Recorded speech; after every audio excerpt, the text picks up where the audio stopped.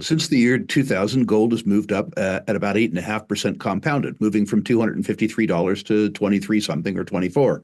That's a pretty good move as far as I'm concerned. The move has picked up speed, certainly in the last couple of years. But gold has done precisely what people have asked it to do for 24 years. I don't own gold as a trader. I don't own gold because I think it's going to go from 2,400 to 2,700. I couldn't care less. I own gold because I'm afraid it's going to go to $9,000 or $10,000. That's why I own gold. After a record-setting first quarter, the gold price started 2024's second quarter with strong momentum, breaking through $2,400 per ounce in the middle of April and setting new all-time highs.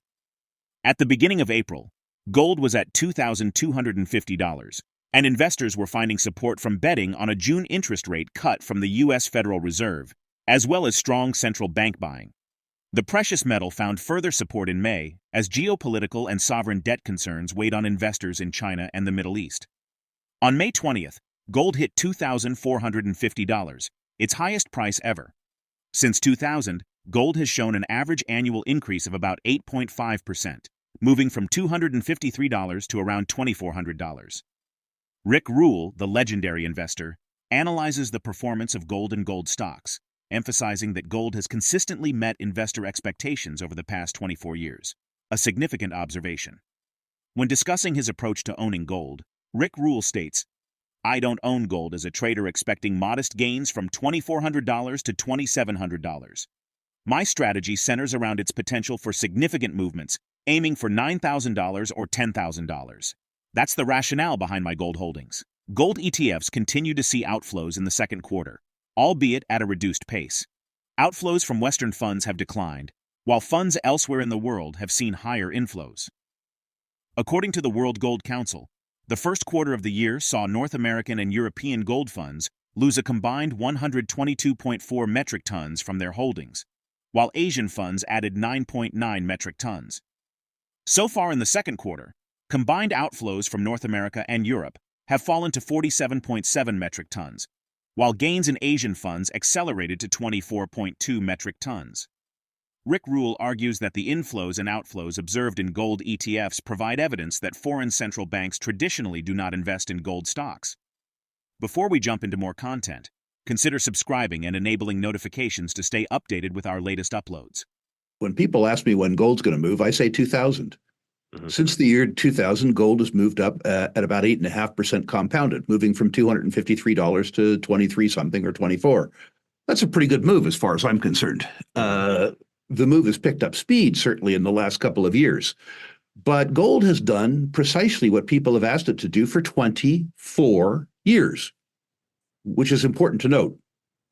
The bear market that you refer to, particularly the bear market in gold equities, I think is part of the reason for the bull market, which is to say the cure for low prices is always and everywhere low prices.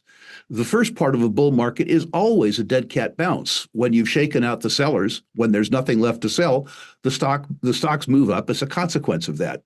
The dichotomy, I think, between the gold price move and the gold stocks price move is fairly easy to explain. The buyers of gold for the last 2 years have been foreign central banks, and foreign central banks are not gold stock buyers. There was not retail participation, at least in Europe and North America, as evidenced by inflows and outflows from physical gold ETFs until 11 weeks ago. Now that you are beginning to see the public in the gold trade, I think you're going to begin to see the public in the gold equities trade. That's fairly simple.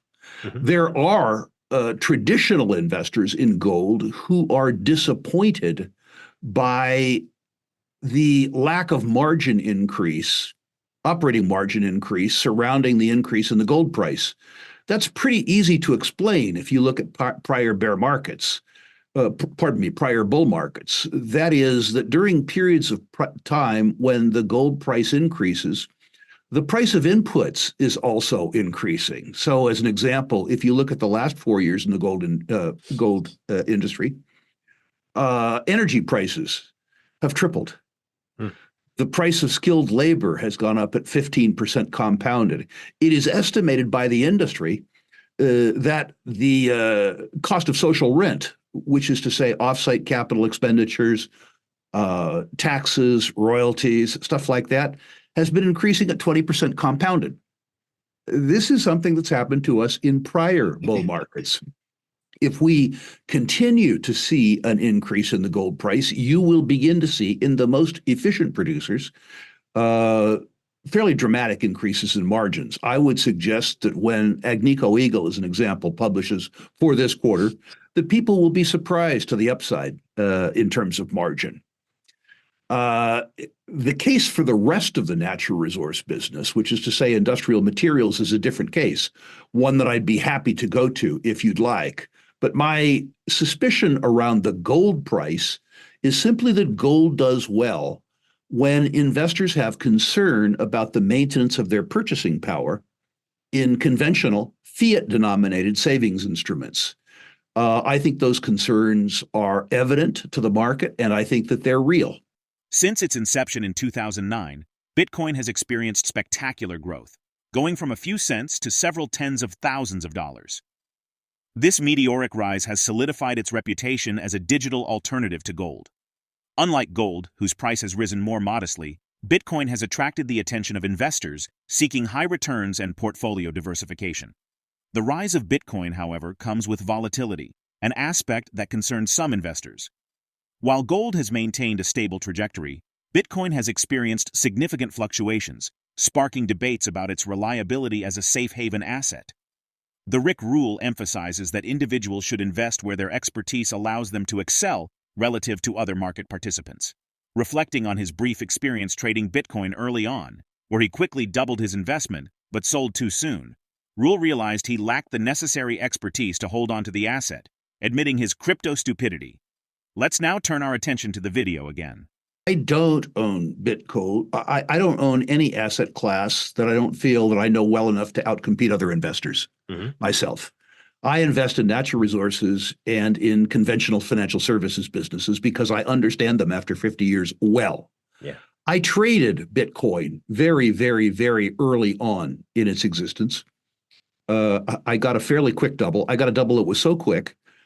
I don't own Bitcoin today. I think they're probably complementary assets in the sense that the case for Bitcoin is that there is value in the network as opposed to intrinsic value, value in anonymity, and value in the possibility of effectively frictionless exchange. I get all that. I am an investor in distributed ledger and blockchain technologies around the tokenization of gold and other natural resources. I believe that blockchain technology will, over the next 20 years, revolutionize the financial services industry, both possession and exchange. I think that's important. And I'd like to be part of that. I don't discourage anybody who is more familiar with crypto than I, either speculating in it or, if they're really courageous and really smart, denominating their lives in it. I am neither. And by the way, the discussion about crypto and gold competing with each other directly relative to other classes of savings and investment is silly. In terms of their importance in the global economy, they are both effectively pimples on an elephant's behind. There is something like $900 trillion in nominal value of savings and investment assets worldwide. Bitcoin at last look was sort of like a trillion too. Both crypto and gold, relative to all savings and investment assets worldwide, are an irrelevancy. They probably compete with each other for the favor of speculators. But my suspicion is, A, there's room for both, and B, somebody should pay attention to the asset class where their own knowledge enables them to outcompete other participants in the market. Gold has performed remarkably well in 2024, rising by 12% year-to-date and outpacing most major asset classes. Gold has thus far benefited from continued central bank buying, Asian investment flows, resilient consumer demand, and a steady drumbeat of geopolitical uncertainty. As we look forward, the key question in investors' minds is whether gold's momentum can continue or if it's running out of steam. We want to hear from you. Feel free to leave your thoughts in the comments, give a thumbs up if you liked what you saw, and subscribe to stay connected with our ongoing exploration.